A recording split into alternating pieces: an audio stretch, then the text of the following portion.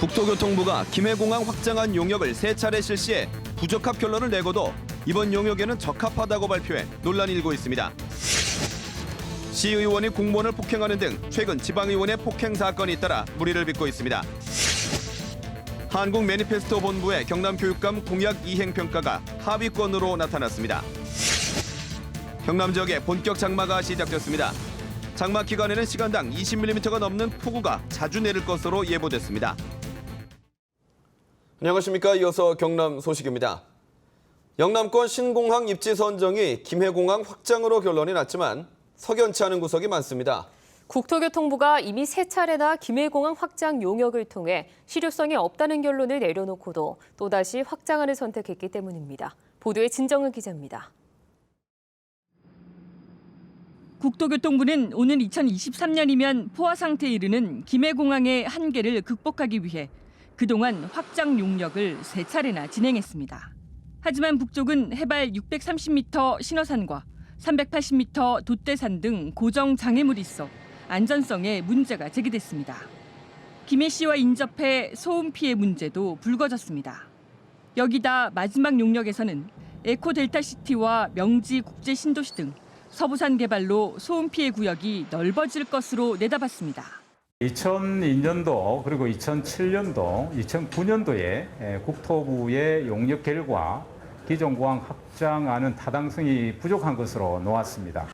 국토부 3차례, 부산시 3차례 등 모두 6차례 용역에서 김해공항은 24시간 운영할 수도 안전성도 확보할 수 없다는 결론이 난 것입니다. 이 때문에 국토부는 새 공항을 짓기 위해 밀양과 부산 가덕도를 놓고 2차례나 용역을 발주한 것입니다. 그런데도 국토부가 파리공항공단 엔지니어링에 20억 원을 들여 용역을 진행하고 다시 김해공항 확장안을 선택한 것에 대해 공항 전문가들도 이해하기 어렵다는 반응입니다. 신공항 필요성으로 인해 가지고 이제 용역이 시작된 부분들이고 김해공항을 확장을 하는 안 같았으면 이렇게 20억을 들여가지고 용역을 할 필요가 없었던 부분들이고 이번 용역 결과가 결국은 정치적 결정이 아니었냐는 의혹이 제기될 수밖에 없습니다. KBS 뉴스 진정은입니다. 신공항 건설 후보지였던 밀양 지역 시민들이 정부가 신공항 대신 김해공항을 확장하기로 한 데 반발해 대규모 정부 규탄 대회를 추진하고 있습니다.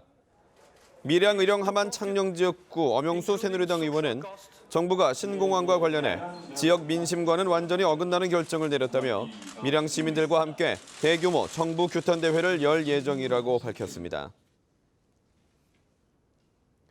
김해 YMCA 등 12개 김해 시민사회단체로 이루어진 밀양 신공항 반대 시민대책위원회는 정부가 영남권 신공항 대안으로 마련한 김해공항 확장 시 지역 피해를 정확히 분석할 것을 요구했습니다. 대책위는 오늘 김해시청에서 기자회견을 열어 김해공항 확장 방안은 늘어나는 항공 수요로 김해 시민이 받는 항공 소음과 환경 피해를 줄 수 있다며 국토교통부와 김해시가 대책을 마련해야 한다고 주장했습니다. 다음 소식입니다. 통영시의회 한 의원이 공무원을 폭행하는 사건이 일어났습니다. 최근 들어 지방의원들의 폭행 사건이 잇따르면서 부적절한 처신에 대한 비판 여론이 제기되고 있습니다. 조미령 기자의 보도입니다. 통영시의회 소속 승합차가 도로가에 멈춥니다. 운전석 옆자리에 있던 한 시의원이 차에서 내린 뒤 뒷좌석에 탄 5급 공무원인 시의회 전문위원을 폭행하기 시작합니다. 깜짝 놀랐지. 그래 불안했지. 그리고 위원장님 오늘 고생했습니다 하고자 이렇게 싸게 내려가지고 올라가가지고 그것도 마치고 받아. 소란이 나자 음식점 배달원이 오토바이를 세워놓고 말릴 정도였습니다. 해당 공무원이 차기 의장 선거에서 자신을 돕지 않는다는 이유였습니다. 얘기를 듣고 그걸 내가 뭐 사귀어야 되는데 뭐 반주를 한잔 한 김에 차 안에서 자기한테 이제 뭐 얘기를 한 부분이 서로가 이제. 통영시 의회는 3년 전에도 모 의원이 식사 자리에서 면장을 폭행해 구설에 올랐습니다. 지난달 27일에는 의령군의회 모 의원이 지역 주민을 때려 경찰 조사를 받았고 함안군의회에서는 의원 2명이 의회 안에서 폭언을 하고 집기를 던지는 등 물의를 일으키기도 했습니다.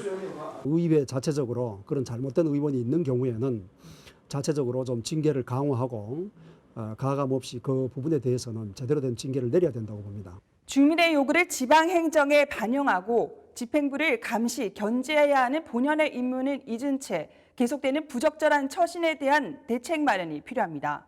KBS 뉴스 조미령입니다.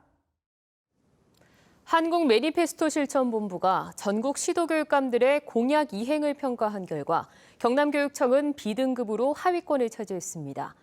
해석의 차이라는 것이 도교육청의 해명인데 그 평가 결과를 김대진 기자가 짚어봤습니다. 한국 매니페스토 실천본부의 시도교육청 공약이행 평가 결과 경남교육청은 5개 등급 가운데 50점 이상인 B등급을 받았습니다.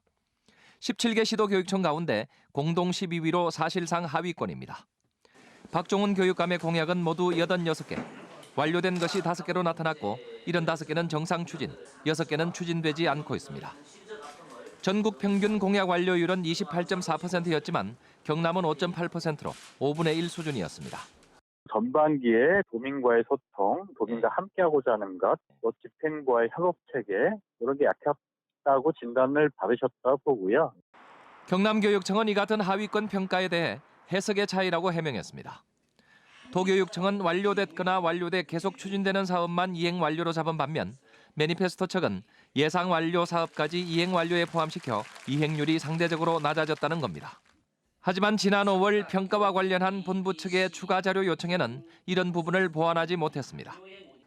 매니페스토 평가단은 교육 자치가 전면 실시됐지만 공약 관리와 주민 소통 노력이 시도보다는 교육청이 전체적으로 부족했다고 평가했습니다.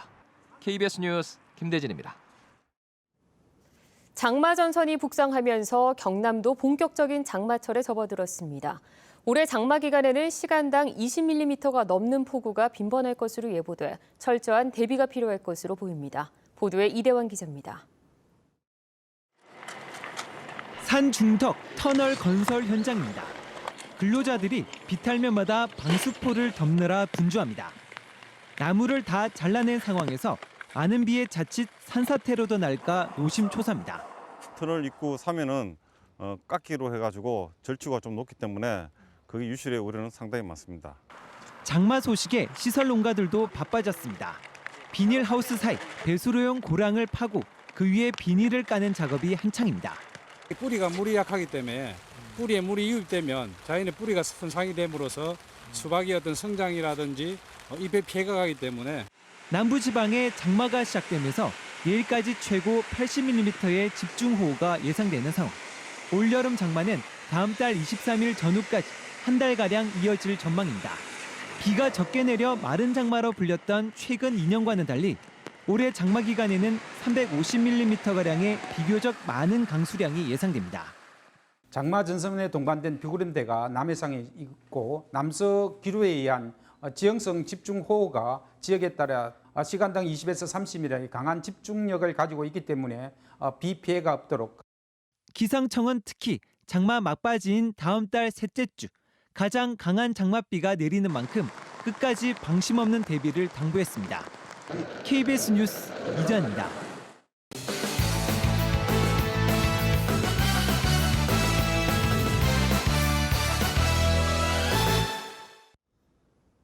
주요 단신입니다.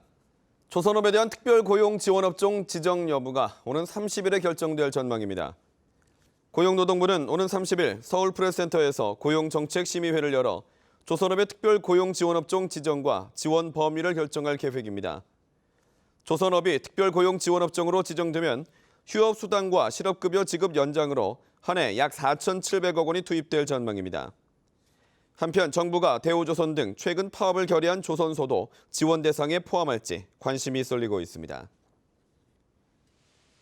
경상남도가 조선 관련 중소기업에 긴급 경영안정자금 417억 원을 127개 업체에 지원했다고 밝혔습니다. 경상남도는 당초 245억 원을 계획했지만 희망업체가 많아 예산을 늘려 지원하기로 했다고 설명했습니다. 경상남도는 지난달에 제시한 조선해양산업 종합대책에서 조선업종에 한해 한도 금액을 늘리고 이자 보조를 1.5%에서 2%로 높이는 등 특례 지원을 하기로 했습니다. 경남의 어린이집 3천여 곳이 다음 달부터 시행되는 맞춤형 보육정책에 반대하며 내일과 모레 집단 휴원을 예고했습니다. 경남 가정어린이집연합회 등은 맞춤형 보육으로 보육료 지원이 줄어들면 어린이집 운영이 어렵다며 학부모들에게 휴원 동의서를 받았고 꼭 보육이 필요한 아이가 있으면 당번 교사를 배치해 불편을 최소화하겠다고 말했습니다. 경상남도는 불법 휴원에 대해서는 행정처분 등으로 강력히 대응할 방침이라고 밝혔습니다. 정부의 지방재정 개편 방안에 따라 창원시가 잃게 될 재정 감소액이 한 해 최대 519억 원에 이르는 것으로 나타났습니다. 창원시는 정부 개편안대로 법인 지방소득세 50%를 도세로 전환하게 되면 지난해 기준 429억 원을 경상남도에 줘야 하고 시군 조정교부금 배분 기준이 변경되면 한 해 45억 원에서 최대 90억 원이 줄어든다고 밝혔습니다. 경남 소식이었습니다.